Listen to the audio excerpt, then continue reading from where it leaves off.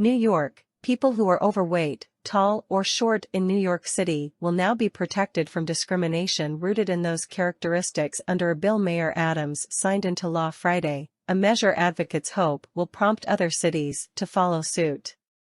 The law, which was sponsored by City Councilman Sean Abreu, bans weight and height discrimination in the workplace, in housing and in access to public accommodations.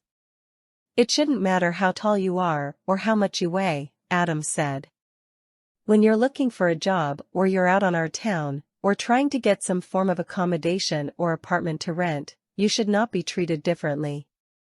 The law goes into effect in 6 months and builds on measures already in place that protect against discrimination based on race, creed, color, national origin, and gender, among several other protected characteristics.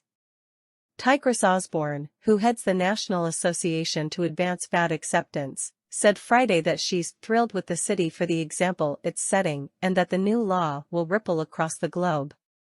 We can't legislate attitudes, but we can do everything that's in our power to ensure that people are treated equally, she said during the bill signing in City Hall's Blue Room.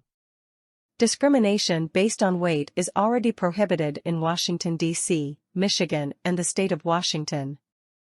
Similar legislation is under consideration in New Jersey and Massachusetts.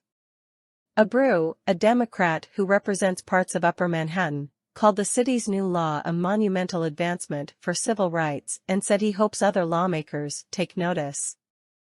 While our laws are only now catching up to our culture, it is a victory that I hope will cause more cities, states, and one day the federal government to follow suit, he said.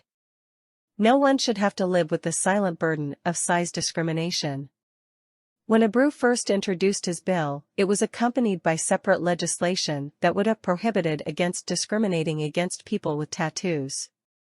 But that bill did not get a vote by the full council.